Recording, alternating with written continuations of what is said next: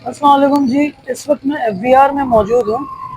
और हुआ ये है कि मेरे पास एक क्लाइंट आया है जिसका असिस्टेंट कमिश्नर से ऑर्डर पास हुआ है 122(1) के अंडर। केस ये है कि उनके जो कंसल्टेंट थे, सो कॉल्ड कंसल्टेंट थे, कंसल्टेंट तो मैं नहीं कहूँगा क्योंकि उन्होंने बहुत बड़ा ब्लंडर किया है जब इनका इनकम टैक्स रिटर्न फाइलिंग की है।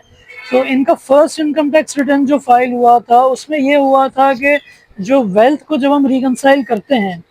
तो उसमें ये किया था कि जब ओपनिंग वेल्थ लिखी जाती है तो उसमें जो अमाउंट आती है वो ज़ीरो शो करनी होती है। उनके जो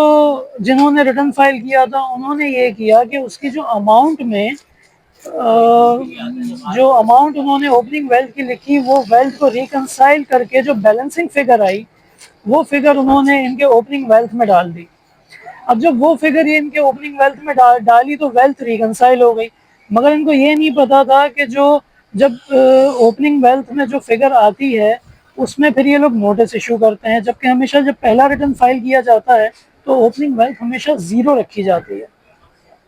ये बात आप लोग भी हमेशा याद रखें, जब भी फर्स्ट रिटर्न फाइल हो तो ओपनिंग वेल्थ हमेशा ज़ीरो होगी, बैलेंसिंग फिगर कभी भी नहीं आएगी। अच्छा, तो अब एफबीआर की तरफ से इनको जो है वो नोटिस इशू हो गया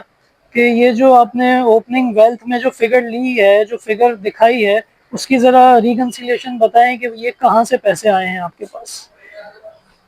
तो अब ये हुआ है कि हमने कमिश्नर अपील में हम गए हैं और कमिश्नर अपील में हमने अपील फाइल की है और आज मेरी हेयरिंग है। तो अब होपफुली ये है कि हम इस पे